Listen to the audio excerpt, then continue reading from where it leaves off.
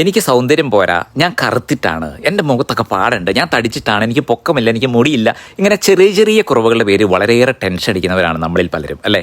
എന്താണോ നമുക്കുള്ളത് അതിനെ അതേപോലെ സ്വീകരിക്കാൻ പഠിക്കണം.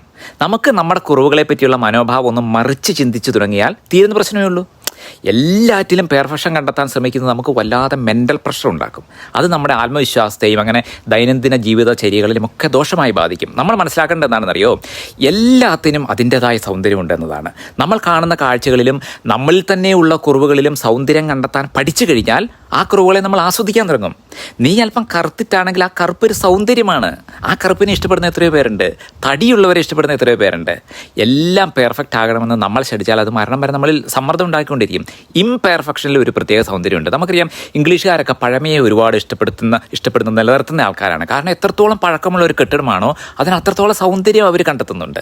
എന്നാൽ നമ്മൾ മലയാളികളോ എല്ലാ കെട്ടിടങ്ങളും തേച്ച് പെയിൻ്റ് അടിച്ച് അതിൻ്റെ യഥാർത്ഥ സൗന്ദര്യം നശിപ്പിച്ച് കളയും. കടലിലെ തിരമാലകൾ ഇങ്ങനെ ഒരു കൃത്യതയുമില്ലാതെ ആർത്തലച്ച് അടിച്ചുയരുന്നൊരു സൗന്ദര്യമുണ്ട്. ആകാശത്തിലെ മേഘങ്ങൾ അങ്ങിങ്ങായി ഒരു ഷേപ്പുമില്ലാതെ അവിടെ നിൽക്കുന്നതിന് വേറൊരു സൗന്ദര്യമുണ്ട്. കുന്നുകളും മലകളും ഒക്കെ ഒരു പെർഫെക്ഷനും ഇല്ലാതെ ഉയരം കൂടിയും കുറഞ്ഞുമൊക്കെ ഇങ്ങനെ നിൽക്കുന്നതിന് ഒരു പ്രത്യേക സൗന്ദര്യമുണ്ട്.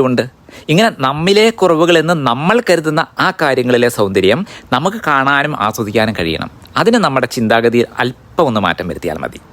തുറക്കട്ടെ മനസ്സുകൾ.